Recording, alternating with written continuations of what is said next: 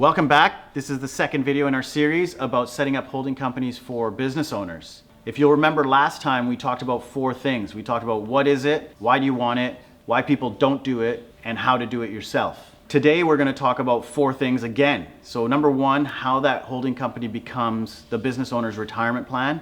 Why you need a holding company to protect you from liability, how having a holding company sets up your operating company better to be sold, and how a holding company will eventually own all the assets that you've built and accumulated throughout your life.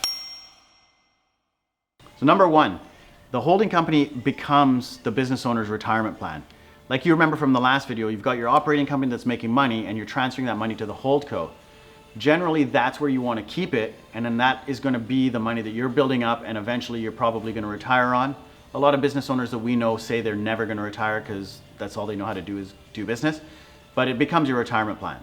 I'm not a lawyer and this is not legal advice, but you also do want to have your HoldCo set up to protect your operating company from liability.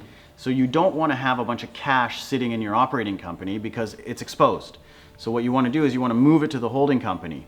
Again, work with a lawyer on this, and this is not advice from me. You should talk to a lawyer. The lawyer will give you advice on this. 3, if you ever want to sell your company, you don't want to sell it with a bunch of cash in it, and the person buying it doesn't want to buy a bunch of your cash. So what you do is you move the money to the holding company, and then when you sell your operating company, you're just selling a lean and clean company with just the parts that the other buyer wants to buy. And as you go through life and you're building up and buying assets, you need somewhere to keep all of this stuff. That is your holding company. So it's a company that you're going to own for the rest of your life, probably. And it's going to own all sorts of different things, whether it's other companies, investments, properties, life insurance. That's where you're going to keep all your stuff. It's your bucket that you're going to own forever.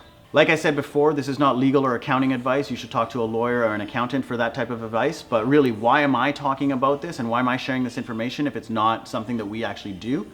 Well, we work with a lot of business owners and this is something that comes up for them, but it's also super niche information that it's hard to get good advice on. So I want to make sure that we're sharing this because I know that there's not a lot of this kind of information out there. It's a little bit more sophisticated. If you don't have a good lawyer or a good accountant who can help you get these things set up, we are very happy to introduce you. It's not something that we do, but I will definitely introduce you to somebody good. Send us a DM, send us an email, and I'm happy to connect you. And now before we wrap up, I'm gonna ask you for that social media love. So A, share this video with a business owner that you know, and then B, do all the other social media stuff. Like it, comment it, share it, tag it, fast forward it, rewind it, do it, and do it now. We'll see you next time.